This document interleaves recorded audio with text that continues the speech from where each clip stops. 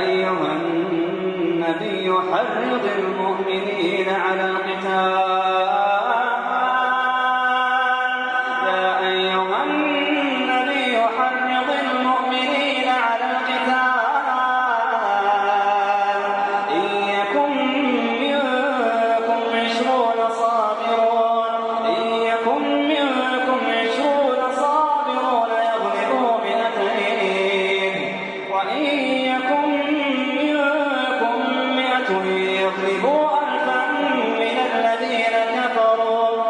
الذين كفروا بأنهم قوم لا يفقهون.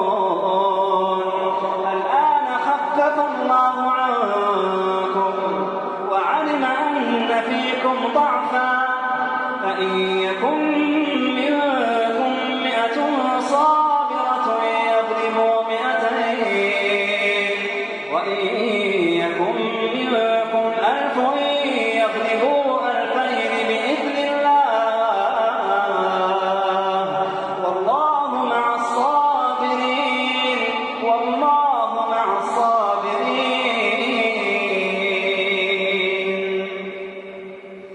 ما كان لنبي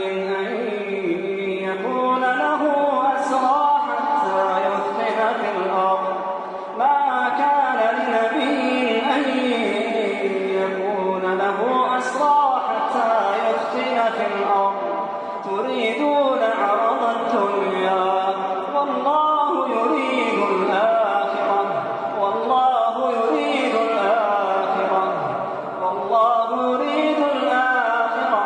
والله عزيز حكيم.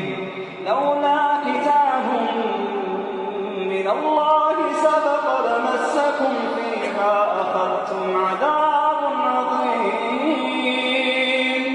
فكلوا مما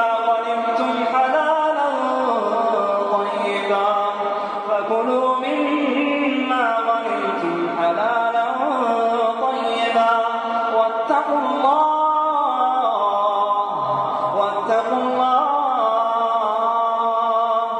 إن الله